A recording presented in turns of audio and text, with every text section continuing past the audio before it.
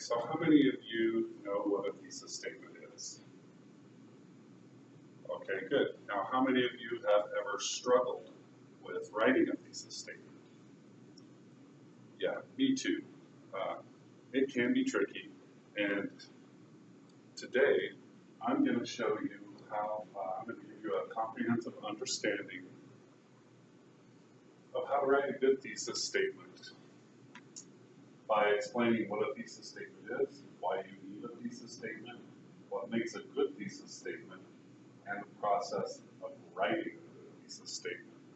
So we'll begin today by just trying to define what is a thesis statement. And a thesis statement can be many things. It can be a sentence in the introduction or opening paragraph of an essay.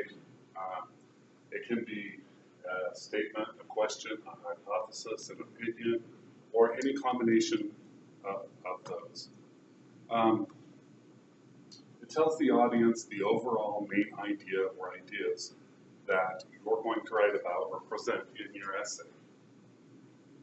I like to think of it and explain it as a roadmap for your reader, but it's also a roadmap for you as the writer. If you start with a good thesis statement, then you have an outline already in place that you can follow while writing your essay.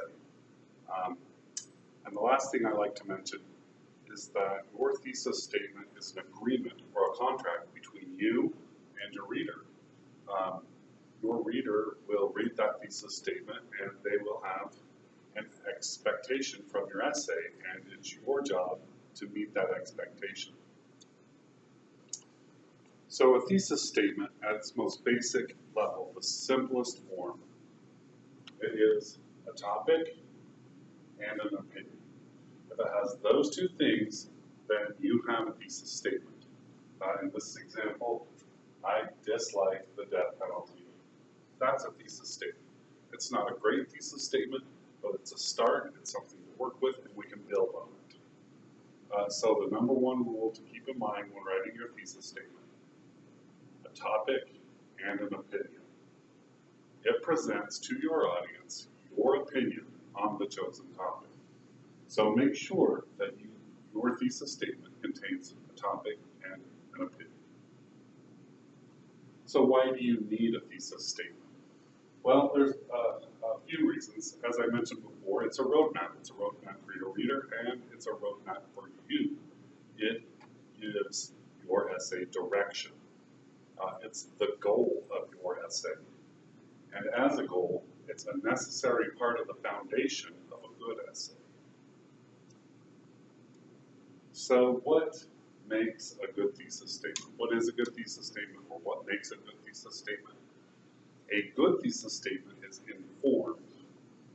That is, it's based on information, and we'll talk about that in a minute. It's specific, so there's no question what you're going to be talking about in your paper. It's very specific and tells your reader exactly what to expect, and it's clear. The reader can find and identify the thesis statement easily. So we'll talk about each one of those. So informed. It's based on information. That information can be from personal experience, depending on the essay. More likely in a college class, it's going to be based on research. And I'm going to give you an example here of a less informed thesis statement. The United States did not need to drop the second atomic bomb on Japan to put an end to World War II. That leaves a lot of room for interpretation. We don't know why the author is saying this. We don't know what evidence that's based on. We don't even know where he's coming from with this statement. So a little more informed thesis statement might be something like this. An analysis of Japan's reaction to the first atomic bomb dropped on Hiroshima shows that Japan's emperor was already in the process of surrendering to the United States before the second atomic bomb was dropped on Nagasaki. So now we know that this person has done some research. They're going to provide us with some evidence later on in their essay that demonstrates that the emperor was already in the process of surrendering. The second thesis statement is informed. Next, a good thesis statement is specific.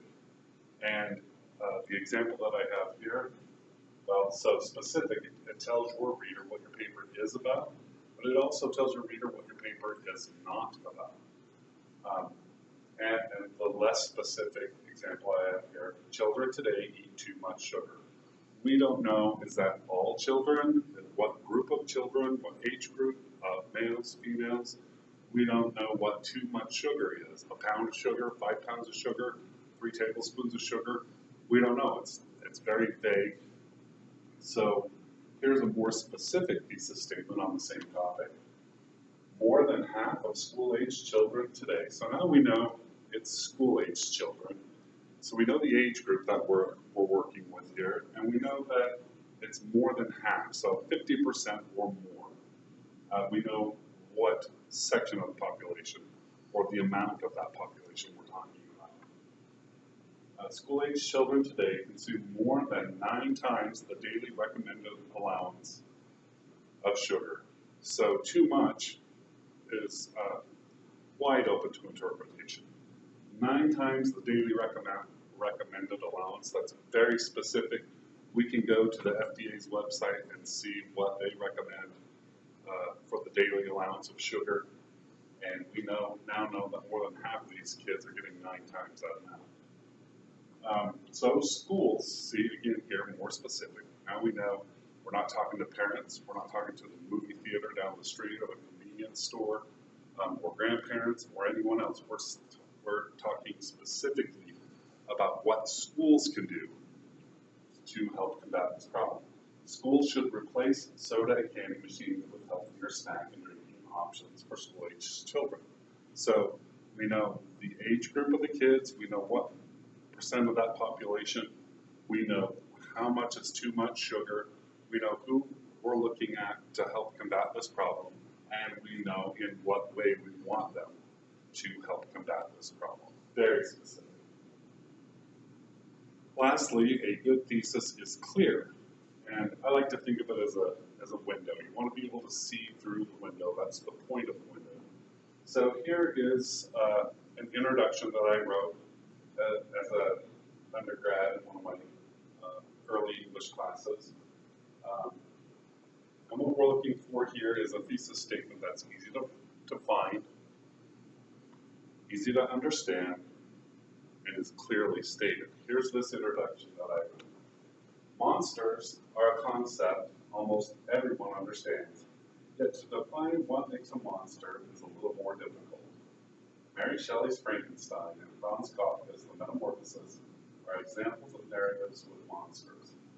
Both works offer up, for our consideration, monsters in society, and both monsters are sympathetic. Yet readers tend not to doubt their monstrous characteristics and are purely monsters. What is it a monster offers the reader that a human character does not? A careful examination of these two narratives about different kinds of monsters may help understand their place in literature as well as society. Clear as mud, right? Who knows? All we know here that we're talking about Kafka and Mary Shelley, 2 of their works, and monsters. So we don't know what we're going to say or what we're going to read about those monsters or what our author's trying to argue here. So here is, after a little revision, here is a little clearer thesis statement. In Mary Shelley's Frankenstein and Franz Kafka's Metamorphosis, Frankenstein and Gregor Samsa are transformed into hideous monsters.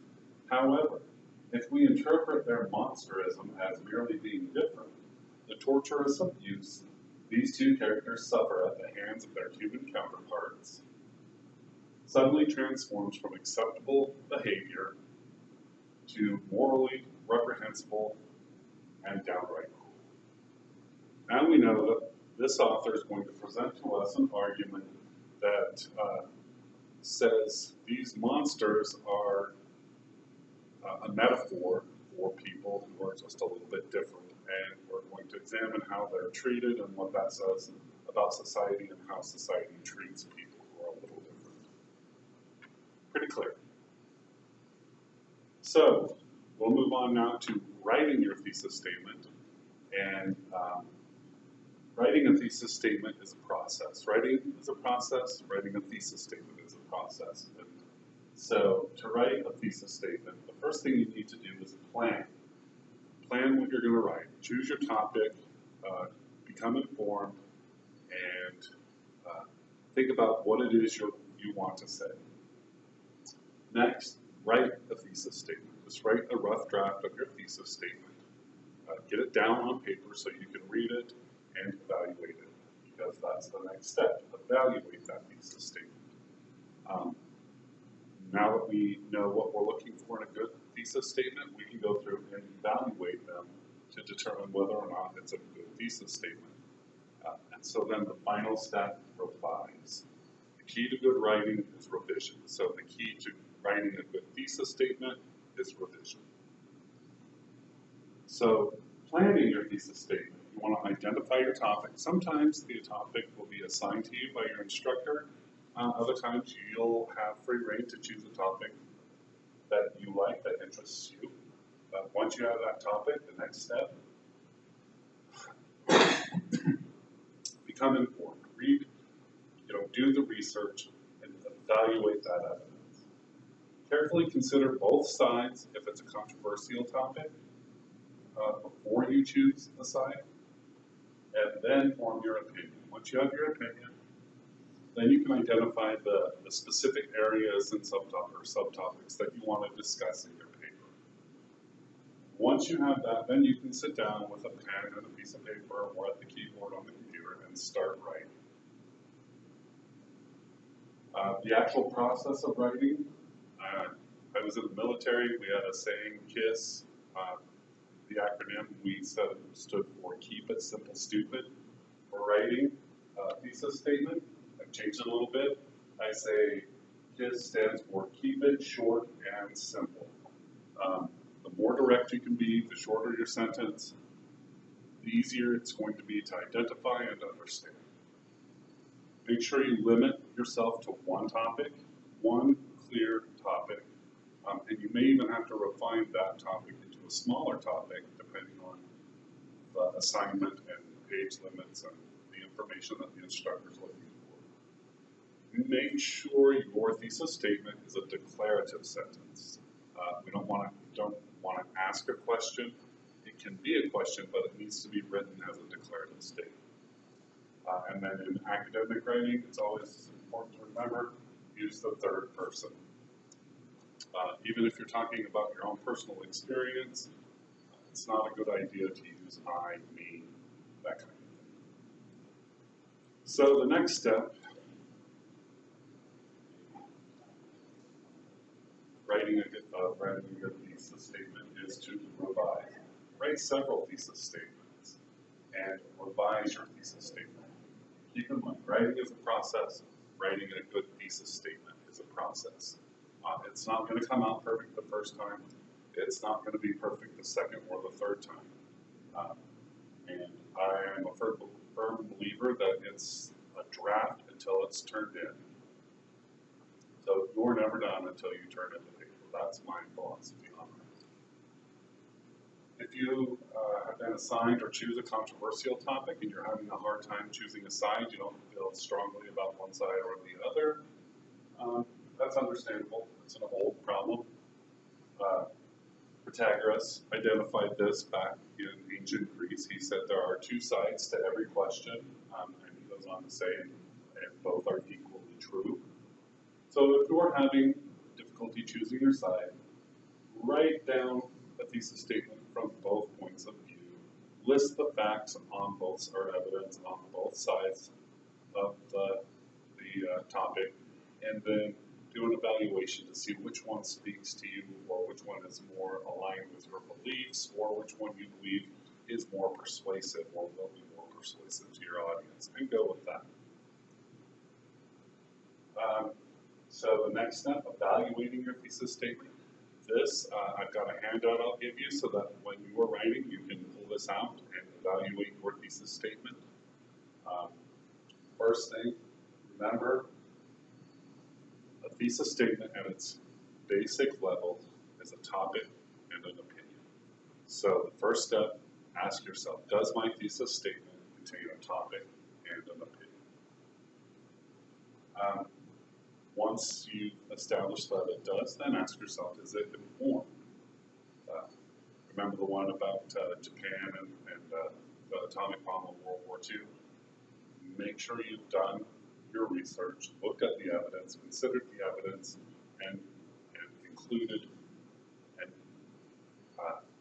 crafted an informed thesis statement. Next, make sure that it's specific. Remember, kids eat too much sugar. What does that mean? Make sure that you get it as specific as you can. That'll help you write your paper. It'll help your reader follow along in your paper and know where they're at. It's that roadmap concept that I keep talking about. The last thing, make sure that it's clear and easy to find. Give your paper to someone else, have them read the introduction, and see if they can pick out the thesis statement. If they can't pick out the thesis statement, it's not clear, you need to work on it. And don't rely on your own ability. When we go back and read our own writing, we know what we wanted to say, and so that's what we see. Give it to someone else, and they will spot the errors just like that. Ones that you'll miss 100 times in a row. Next, make sure your thesis statement is a declarative statement without qualifications. Don't use probably, maybe, could be, might be, no, is. LeBron James is the best basketball player active today. Not LeBron James might be arguably the best basketball player playing today. Finally, make sure that your thesis statement clearly takes a side of a controversial issue. If you're assigned a controversial topic, or you've chosen one, you must clearly choose one side or the other, and then back that up with evidence in your paper. So finally, revision. Remember, writing is a process. Writing a thesis statement is a process. Write, evaluate, revise. I can't stress that enough. As you revise your essay, you may even have to go back after that to revise your thesis statement to make sure that your thesis statement reflects what you're saying in your essay. Make sure those two are connected. Remember, it's that roadmap concept. So for the last couple minutes here, I just want to go over some practice thesis statements. We can evaluate these together. And we'll use that checklist. I have always loved the sound of wild geese flying overhead ever since I was a child and heard them at night. So first step, is there a topic?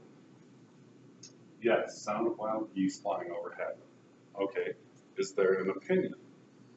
I've always loved. Okay, so we know we have a thesis statement. There is a topic, the sound of wild geese flying overhead, and there is an opinion. I've always loved. So step number 2, is it informed? Well, this thesis statement is obviously one that's based on personal experience, and yes, it's informed.